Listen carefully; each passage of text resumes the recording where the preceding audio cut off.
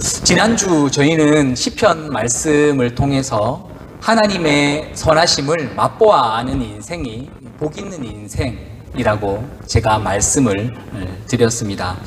오늘 말씀 40편을 읽어보시면 시편 기자가 또다시 곤경의 위기에 처해 있는 것을 볼 수 있지요.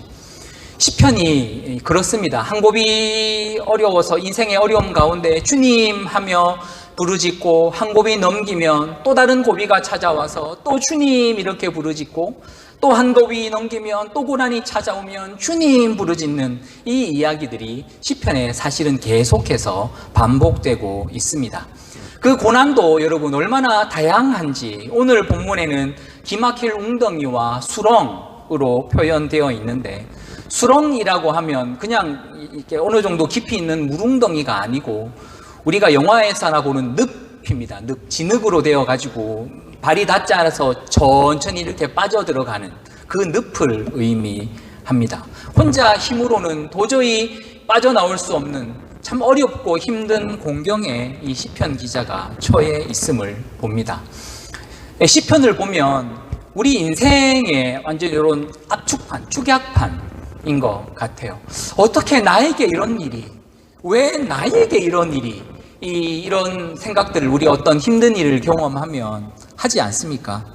한 곱이 넘겨서 이제 좀 살만하다 싶으면 또 다른 한 고비가 닥쳐오고 또 넘어가면 계속된 고비가 우리 인생을 이렇게 닥쳐옵니다.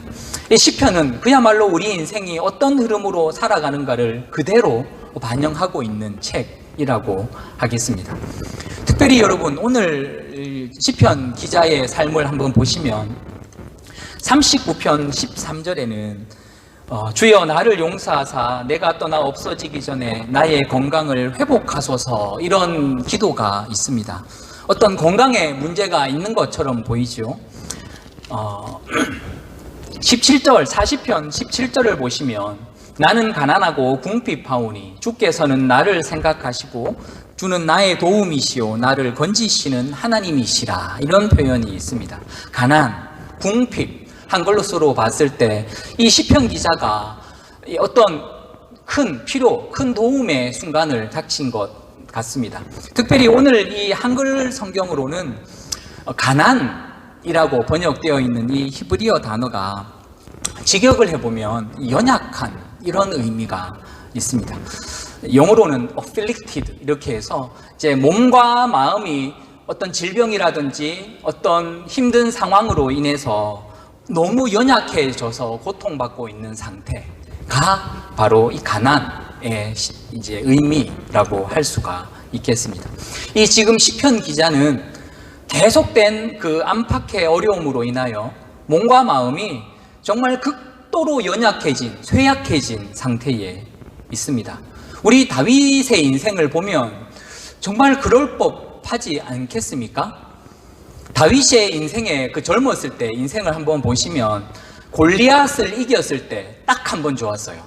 골리앗 이겼을 때 사람들이 와 대단하다, 다윗 사울이 죽인 자는 천천히고 다윗이 죽인 자는 만만이라 하면서 그때 딱 한 번 좋았고, 그 이후로 그는 그의 20대 평생을 사울에게 쫓겨서 살아야만 했습니다. 그러니 여러분 10년 동안 도망자가 되어 사는 그 몸과 마음은 정말 만신창이가 되었을 거예요.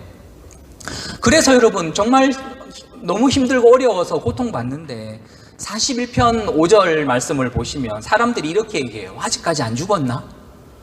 저 귀신 뭐하나, 저 빨리 안 잡아가고, 이런 이제 수군수군거리는 소리를 듣게 되는 거죠. 7절 8절에는 이렇게 기록되어 있어요. 저 이제 오늘은 죽겠다, 곧 죽겠다, 이제 저 정도 되면 못 일어난다, 이렇게 잘됐다, 이렇게 수군거리는 사람들이 있습니다.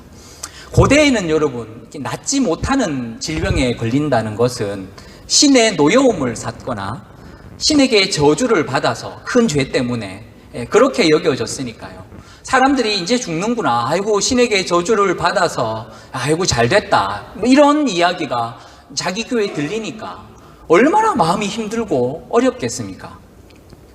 오늘날에도 여러분 큰 병은 아니라고 하더라도 의학적으로 이렇게 진단을 할 수 없고, 진단을 할 수 없으니 고칠 수 없는 그런 병들이 많이 있지요. 그래서 사람들이 그 병 때문에 인하여서 참 심각한 무기력함에 빠지고 우울증에 빠지기도 하지요. 가난, 오늘 한글 성경에 가난이라고 번역된 히브리어 단어가 주로 쓰이는 용도가 제가 연약하다라는 뜻이라고 했지 않습니까?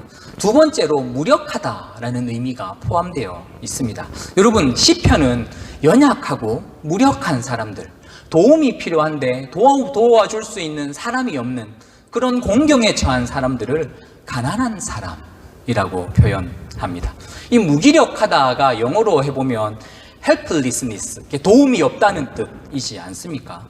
도움이 없어요. 하늘 아래 땅 아래 천지 어디에도 자기를 도와줄 수 있는, 도움이 될 만한 사람이 없는 거지요. 그러니 이 사람은 하나님밖에는 도와줄 수 있는 분이 없고, 그래서 하나님만 의지할 수밖에 없는 사람, 바로 이 사람이 시편이 말하는 가난한 사람이에요. 돈이 많고 적고가 중요하지 않아요. 소유가 많고 적고는 중요하지 않아요. 많든 적든 하나님만 의지하는 사람이 시편이 말하는 가난한 사람입니다. 여러분은 어렵고 힘든 순간, 너무 연약한 그 순간, 정말 너무 무기력함이 막 밀려 들어오고 막 우울증에 빠져서 아무것도 손가락 하나 까딱까딱하기 어렵고 힘든 그 순간, 여러분은 누구를 의지하고 무엇을 붙잡으십니까? 나의 경험, 나의 지식, 재력, 나의 의지, 나의 힘과 능력을 붙잡고 의지할 수 있겠습니까? 하루에도 수십 번 변하는 이 마음을 믿을 수 있겠습니까? 시편 기자는 지금 하나님 앞에서 자기 스스로를 절대로 전혀 신뢰할 수 없는 존재라고 여기고 있어요. 자신이 얼마나 심각한 죄인인지, 자신의 의지로 자신을 엄습해오는 그 죄를 이겨내고 거스릴 수 없고, 자기가 고치고 싶은 작은 습관 하나도 자기 힘으로 고쳐낼 수 없는 연약한 존재가 바로 자기 자신이라는 것을 알기 때문에 시편 기자는 오직 여호와만 의지하겠다라고 결정합니다.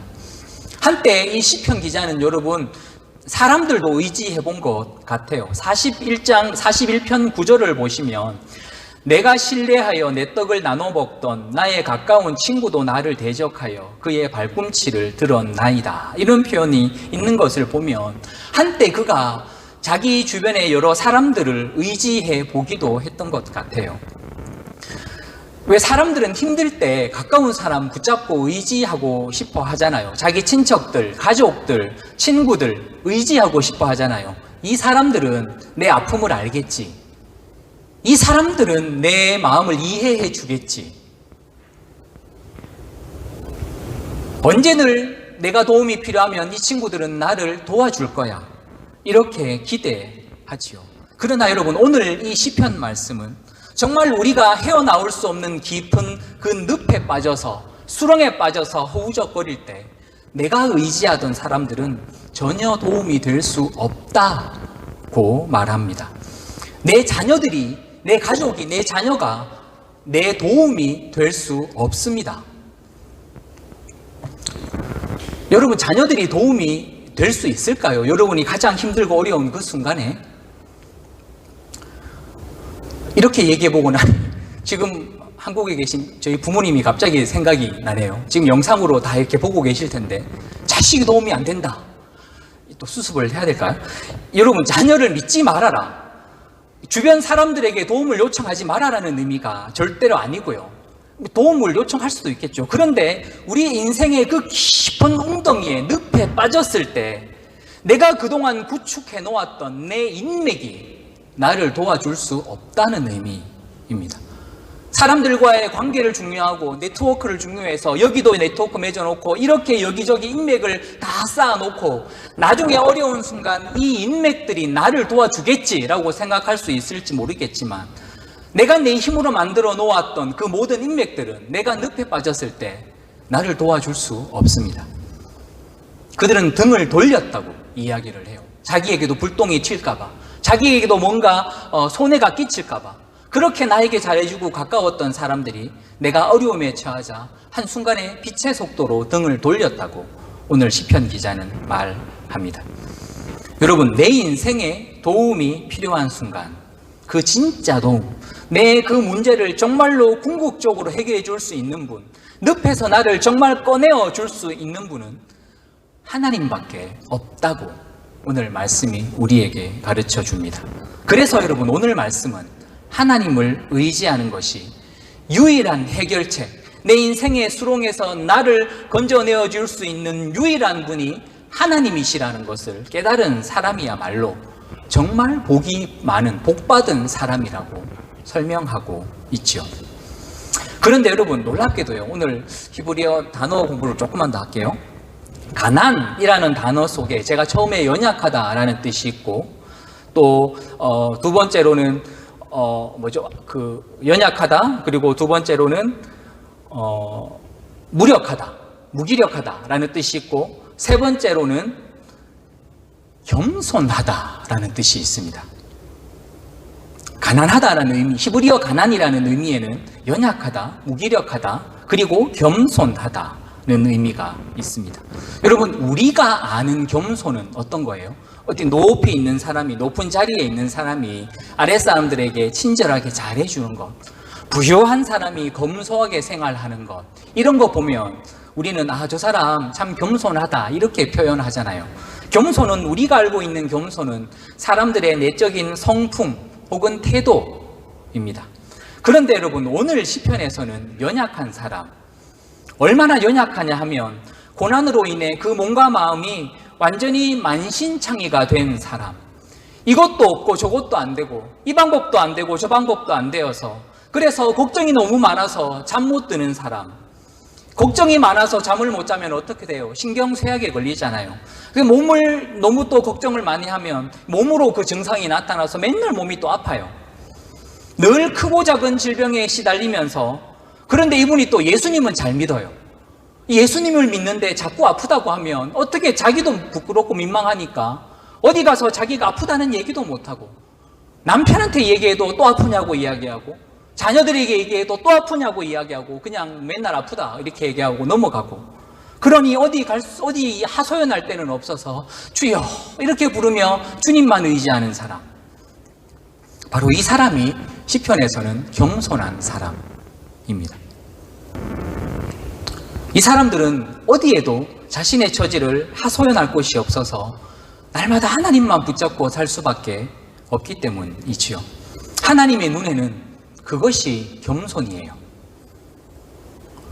사람들의 눈에는 어떤 행위, 어떤 사람들한테 잘하고 그냥 잘하는 것도 아니잖아요. 그냥 평범한 사람이 잘하는 건 그냥 그러려니 하는데, 좀 높이 있는 사람, 좀 부유한 사람, 잘 사는 사람, 어떤 특별한 사람이 그렇게 하지 않을 때, 당연히 그렇게 해도 되는데 그렇게 하지 않을 때 우리는 겸손하다 이야기를 하잖아요. 그런데 하나님은 우리가 뭘 하는 것이 아니고 모든 상황과 형편 가운데 그저 하나님만 의지하고 붙잡고 살아갈 때, 야, 너 참 겸손하다, 네 힘대로 해도 될 텐데, 네 이국리 저국리 해보면서 너 잘 사려고 한번 네 아동바 너그려봐도 될 텐데 그거 안 하고 나를 붙잡고 의지하는구나, 너 참 겸손하다, 하나님은 이렇게 말씀해 주시더라는 사실이죠. 우리 예수님께서 자기 스스로를 겸손하다, 온유하다라고 말씀하셨어요. 여러분은 예수님의 겸손하면 어떤 것이 떠오르세요? 하늘의 보좌를 버리고 이 땅에 오셔서 나귀를 타시고 저 죄인들이 죽는 십자가에 달려 죽은 것을 기억하십니까? 여러분은 예수님의 온유하심 하면 어떤 것을 떠오르세요? 언제나 웃음으로 사람 제자들을 이렇게 친근하게 대해주면서 화도 안 내고 이런 친절함을 여러분은 떠올리십니까? 여러분, 예수님의 삶을 한번 보십시오. 우리 알잖아요. 예수님의 삶을 한 글자로 요약하면 고난, 십자가. 예수님은 그 공생의 3년간 늘 고난으로 점철된 삶을 사셨어요. 가는 곳마다 조롱당하고 무시당하고 거절당하셨어요.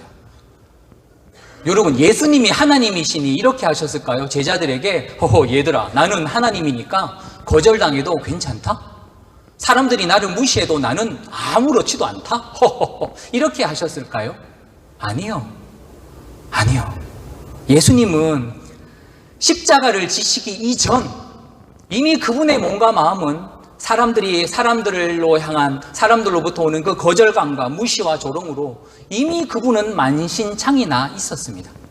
십자가 지기 이전부터 이미 그분은 온몸이 상처투성이셨어요. 그럼에도 불구하고 예수님은 그 길을 걸어가셨어요. 언제나 하나님만 의지하면서. 가지 않아도 되는데 그 길을 하나님 붙잡고 의지하면서 십자가까지 걸어가셨어요. 이것이 예수님의 겸손이에요.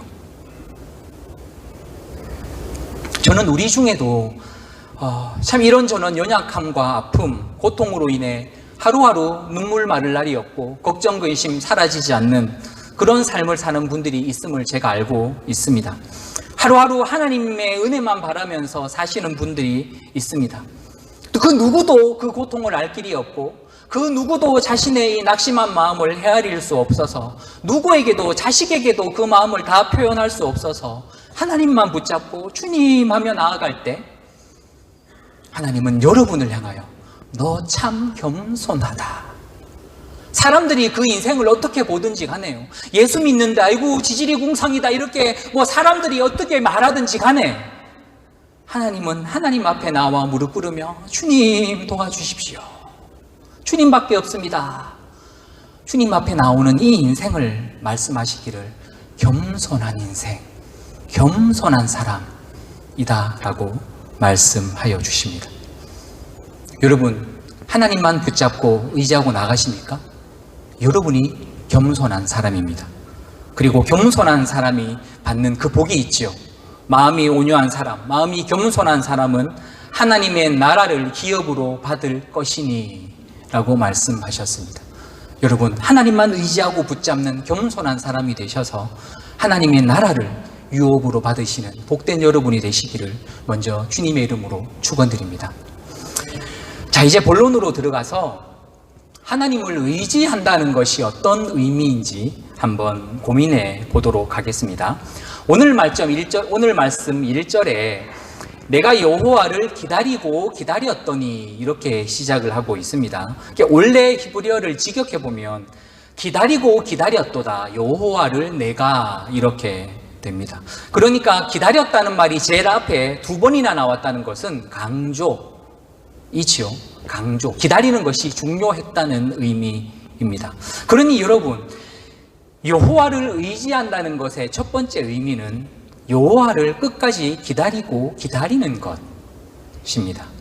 여러분, 발이 닿지 않아서 계속해서 지금 그 늪에 빠져들어가고 있는 상황이에요. 여러분, 우리 영화 같은 거 봐서 아시잖아요. 늪에서 계속 빠져나오려고 허우적거리면 더 빨리 들어가게 되죠. 그 위태한 그 순간에서도 우리를 구원해내시는 하나님이 계심을 믿고 하나님이 반드시 나를 건져내심을 믿고 기다리고 기다리는 것이 바로 하나님을 의지하는 것입니다. 우리 다윗 이야기를 계속해 볼까요? 정말 자고 일어나니 유명해졌습니다.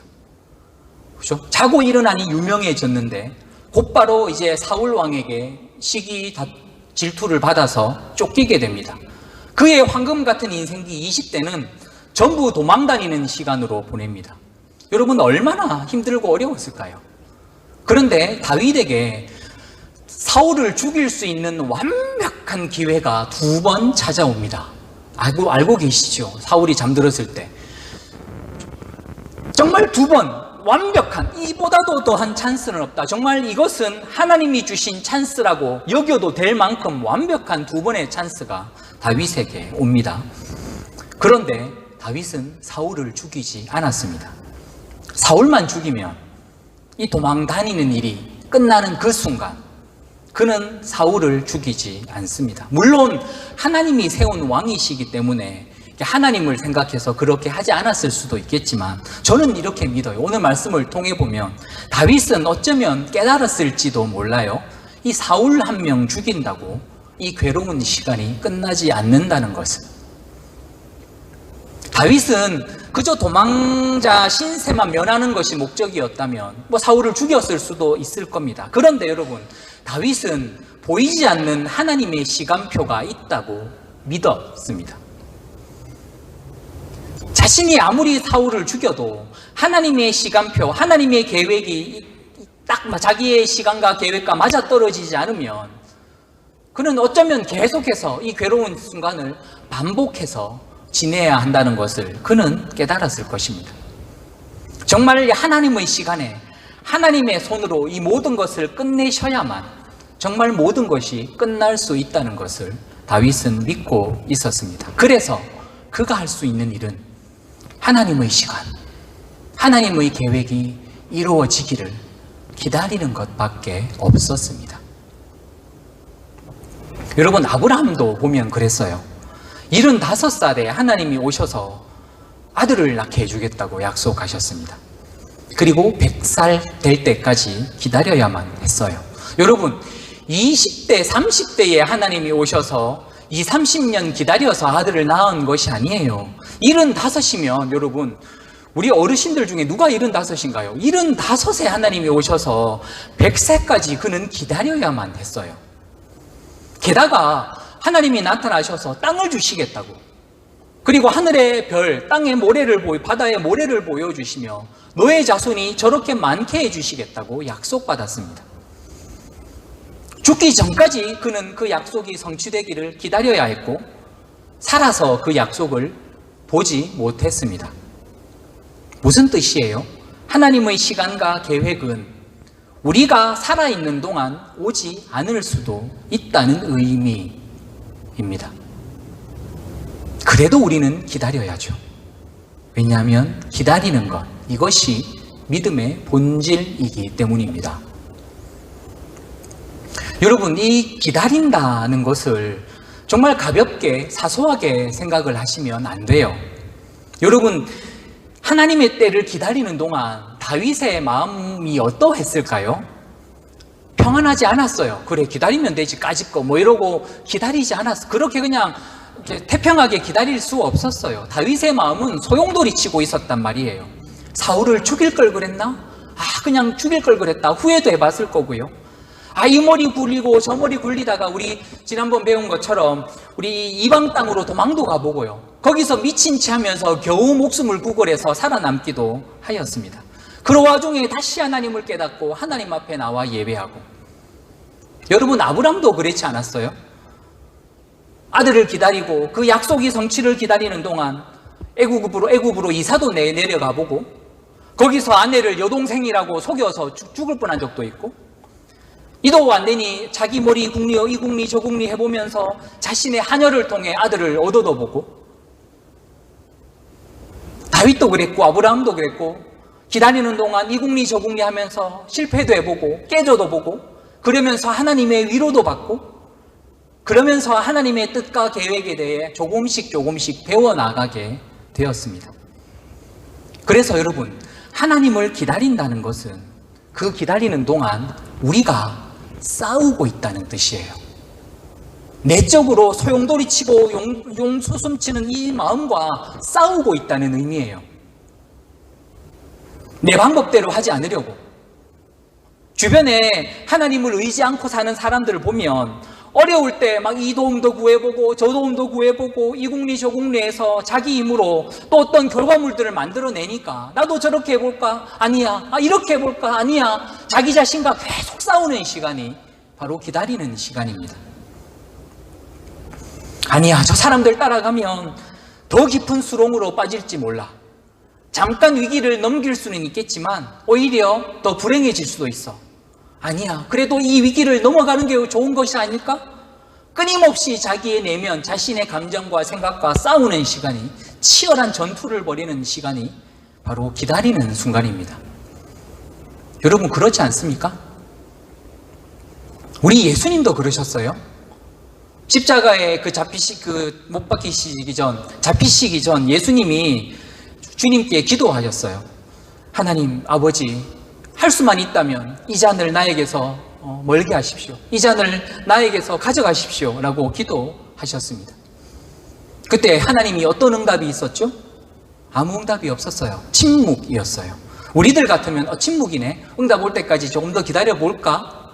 하겠지만 예수님은 그 침묵이 이 길을 계속 가라는 의미구나 하고 받아들이셨어요. 십자가에서 아버지여 아버지여 어찌하여 나를 버리십니까? 라고 주님 앞에 처절하게 부르짖으며 기도했을 때 그 어떤 응답이 있었습니까? 침묵이었어요. 그래서 예수님은 그 침묵이 자신이 십자가에서 죽는 것이 하나님의 뜻이라고 받아들이셨습니다. 그리고 내 영혼을 아버지께 맡기나이다 하고 하나님께 모든 것을 맡겨드렸습니다. 여러분, 저는 이 시간이 우리 예수님이 하나님의 뜻을 기다리며 이 마음의 전투를 벌인 순간이었다고 믿어요.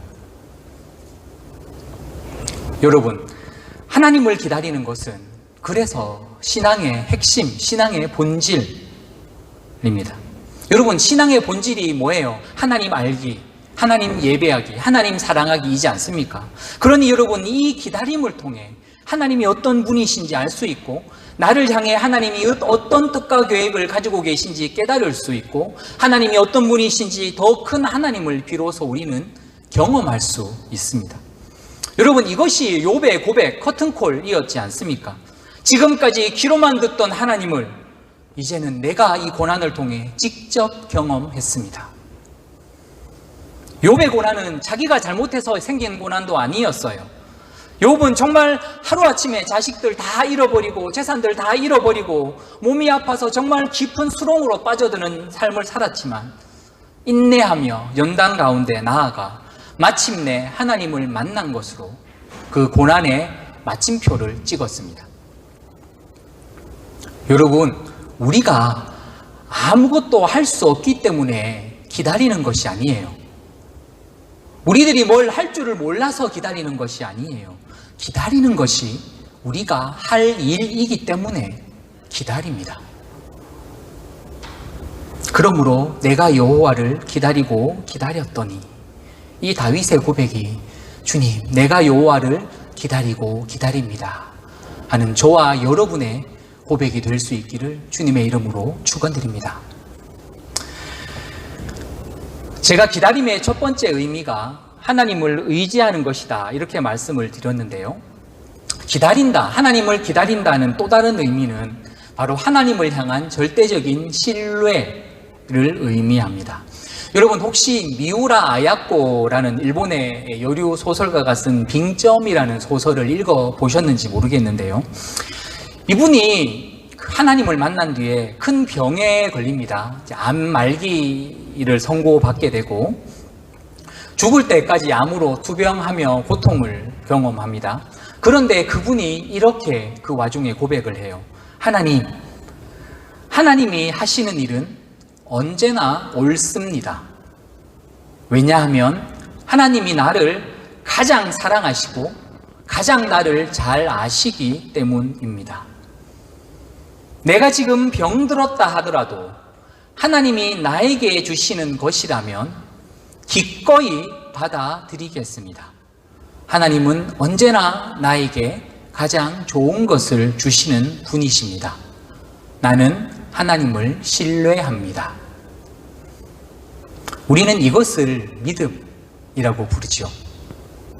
여러분, 믿음은 내가 원하는 것, 내가 생각했을 때에 나에게 좋은 것, 이것을 받아내는 것이 믿음이 아니지요. 하나님이 나에게 주시는 것이라면 그것이 무엇이든지 감사와 기쁨으로 받아들이는 것이 믿음입니다. 왜냐하면 하나님을 신뢰하기 때문에. 언제나 옳으신 하나님, 단 한 번도 틀린 결정을 나에게 내리지 않으신 하나님, 언제나 나에게 좋은 것을 주시는 하나님을 신뢰하기 때문입니다. 여러분, 그래서 믿음은 내가 원하는 결과를 얻어내는 것이 아니라 하나님께 그 결과를 맡기는 것입니다. 그리고 하나님이 그 가운데 일하시기를 기다리는 것이죠. 나를 가장 잘 아시는 하나님, 나에게 가장 좋은 것을 주시는 하나님을 신뢰하면서 비록 내 마음 가운데 소용돌이 치는 그 상황 가운데 전투 벌이며 나는 하나님을 신뢰하렵니다 하며 기다리는 것이 바로 믿음입니다. 하나님을 정말로 신뢰하면 하나님이 주시는 것은 모두 좋은 것이라고 우리는 고백할 수밖에 없을 겁니다. 설령 그것이 지금 내 마음에 들지 않더라도, 지금 그것이 내 입에 맞지 않는다 하더라도 궁극적으로 그것은 나에게 좋은 것입니다. 요즘 우리 막내 로아가 편식을 해요. 야채를 주면 나는 야채는 싫어, 나는 고기가 좋아, 이렇게 하고 야채를 안 먹으려고 해요.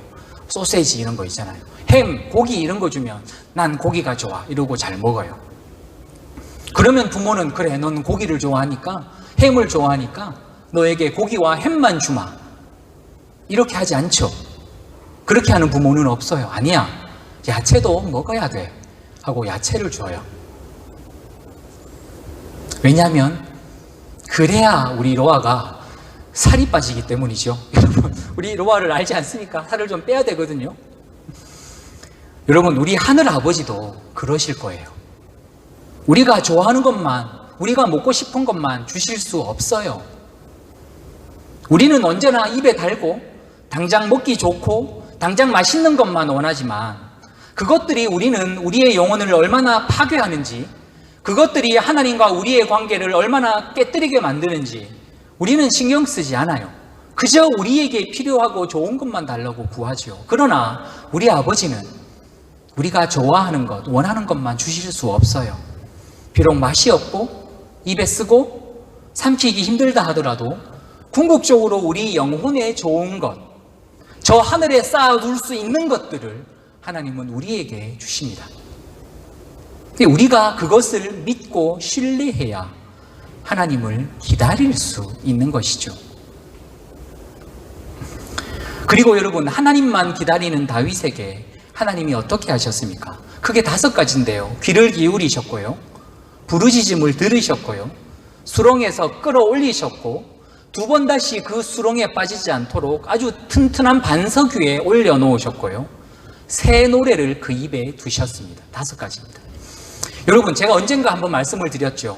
하나님이 우리 기도를 들으신다는 의미는 우리가 하나님 하며 기도할 때 하나님이 오셔서 우리 입 가에 하나님의 길을 바짝 갖다 대시는 의미라고, 우리가 말하는 작은 신음 하나도 놓치지 않기 위하여 우리가 아버지를 찾고 구할 때 하나님은 하나님의 귀를 우리 가까이 대고 말해봐, 뭐가 필요해? 라고 들으시는 하나님이시라고 제가 말씀을 드렸습니다.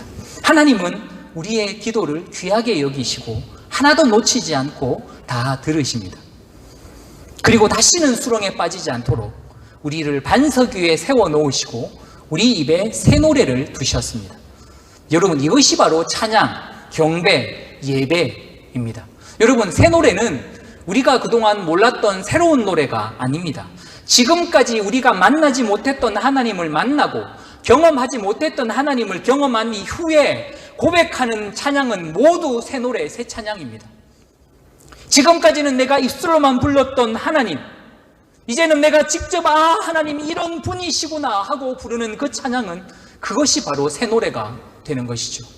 주님의 그 따스러운 손길 항상 좋은 것 주시도다. 전에는 아무 뜻 없이 이 찬양을 불렀는데 정말 나에게 좋은 것을 주시는 하나님을 경험한 이후, 만난 이후에 부르는 이 찬양은 늘 부르던 찬양이 아닌 정말 새로운 찬양이 되는 것이죠. 이것이 저는 예배라고 믿거든요. 우리 이 이야기는 다음 주에 계속 이어나가겠습니다. 여러분, 우리는 하나님 앞에서 언제나 염려하고 언제나 의심하고 언제나 이국리 저국리 하면서 내가 원하는 길로 가보려고, 내가 원하는 방법대로 해보려고 호시탐탐 기회를 엿보는 그런 존재들입니다. 그런데 여러분, 성경은 하나님께서 이 자연 만물들을 향하여, 피조 세계를 향하여 말씀하실 때 오직 단 한 번 말씀하셨음을 기록하고 있습니다. 태초에 하나님이 빛이 있으라 하시면 빛이 있었습니다. 그렇죠. 하나님 2번 말씀하지 않으셨습니다. 왜 빛이야? 왜 빛 너 있지 않느냐? 빨리 생겨라라고 계속 재촉하지 않으셨습니다. 하나님이 한 번 말씀하시면 빛은 있어야 했습니다. 바람과 풍랑이 세게 불어올 때 잔잔하라 한 번이면 충분했습니다. 두 번 말씀하실 필요가 없었습니다. 하나님 한 번 말씀하시면 모든 피조 세계는 그대로 굴복하고 순종했습니다. 그런데 여러분, 하나님이 사람들을 향하여 성경에서 염려하지 말아라, 근심하지 말아라, 나를 의지하여라 라는 말을 수백 번 하셨다는 사실이 얼마나 놀랍습니까? 두려워하지 말아라, 나를 의지하여라 한 번만 말하면 더 이상 반복해서 말씀하지 않으셔야 하는데 우리들이 계속 두려워했던 거죠. 수백 번 기록되어 있다면 수백 번 두려워했고 수백 번 염려했고 수백 번 하나님만 의지하지 못했던 것이죠. 그때마다 하나님은 두려워 말라, 염려하지 말라, 나를 의지하여라 이렇게 말씀하셨습니다. 그럼에도 불구하고 우리는 또 두려워하고 염려하고 하나님이 아닌 다른 의지처를 찾아 여기저기 눈을 돌립니다. 이것이 우리들입니다. 여러분, 인간의 뇌가 가장 두려워하는 것이 무엇인지 아세요? 고통, 고난, 아니요, 불확실성입니다. 인간의 뇌가 제일 두려워하는 것은 언제 이 고통이 닥칠지 모른다는 거예요. 언제 이 고난이 끝날지 모른다는 거예요. 고난이 언제 닥칠지 알고 언제 끝날지만 안다면 사람은 고난 두려워하지 않아요. 이겨내고 버텨낼 수 있어요. 그런데 이게 언제 올지 언제 갈지 불확실하다는 것에서 우리는 두려워하고 염려하게 됩니다. 그러나 하나님은 그 와중에 우리에게 오셔서 두려워 말아라, 염려하지 말아라, 나만 의지하여라, 그러면 된다 라고 말씀하셨어요. 그리고 그 말씀에 순종하여 두려워하지 않고 염려하지 않고 의심하지 않고 하나님만 신뢰하고 의지하는 것이 바로 믿음임을 우리가 기억하여야 하겠습니다. 여러분, 물론 때때로 여러분, 하나님이 우리를 돕기 위해 오시는데 대부분 신속하게 오시지 않을 때가 많아요. 우리가 기대하는 것보다 훨씬 천천히, 훨씬 느리게 하나님이 우리에게 오실 때가 많습니다. 모든 것은 하나님의 뜻과 계획에 달려있기 때문이죠. 우리의 위급성에 달려있는 것이 아니라 하나님의 그 시간표에 모든 것이 달려있기 때문에 때로는 우리는 오랫동안 기다려야 할 때가 있을 것입니다. 그러나 여러분, 그 기다림의 과정에서 우리가 결코 잊지 말아야 할 것은 하나님은 수렁에 빠져서 허우적거리는 우리를 계속해서 지켜보고 계신다는 사실입니다. 요즘에 우리 막내 로아가 수영을 조금씩 합니다. 형이랑 누나랑 혼자 풀에 들어가서 우리 아파트 안에 있는 수영장에서 수영을 합니다. 저는 밖에서 로아를 보고 있습니다. 혹시 어떤 일이 벌어질지 모르기 때문에 단 한순간도 우리 로아에게서 눈을 떼지 않습니다. 여차하면 뛰어들어가야 되니까요. 그러면 로아는 안전한 것이죠. 여러분, 우리가 수렁에 빠져 있다는 것이 핵심이 아니라 전능하신 하나님이 한시도 눈을 떼지 않고 지금 우리를 지켜보고 계신다는 것이 중요한 핵심입니다. 하나님은 우리가 하나님을 기다리는 동안 아무것도 안 하고 다른 데 가서 한눈 팔고 계시지 않으십니다. 우리의 기도를 듣고 계시고 우리를 보고 계시고 하나님의 때를 조율하고 계시며 조금만 더 참거라, 내가 더 좋은 것을 주마, 이렇게 성령을 통해 오늘도 우리를 격려하고 계십니다. 그리고 마침내 우리로 하여금 새 차장이 터져 나오도록, 이야, 하나님이 이런 분이시구나, 내가 기다렸더니 마침내 응답하셨는데 내가 상상도 못할 좋은 것으로 응답하셨구나, 하나님이 살아계시구나, 이렇게 우리의 마음 깊은 곳에서 찬양이 터져 나오도록 역사하실 것입니다. 이렇게 하나님을 예배하는 것이죠. 사랑하는 여러분, 삶의 정말 산전수전, 공중전을 다 겪은 다윗이 오늘 우리들에게 이렇게 간증하며 권면해요. 하나님을 의지하는 것이 정말 복이더라. 사람 의지하지 않고 내 생각대로 이궁리 저궁리 하지 않고 하나님만 기다리고 의지하는 것이 그게 복이더라. 우리에게 오늘 이렇게 간증합니다. 그런데 여러분, 이 간증은 하나님을 알지 못하는 사람들은 정말 믿기 어려운 간증이에요. 뭘 보여야지. 보이지도 않고 들리지도 않는데 어떻게 믿고 기다리냐고요.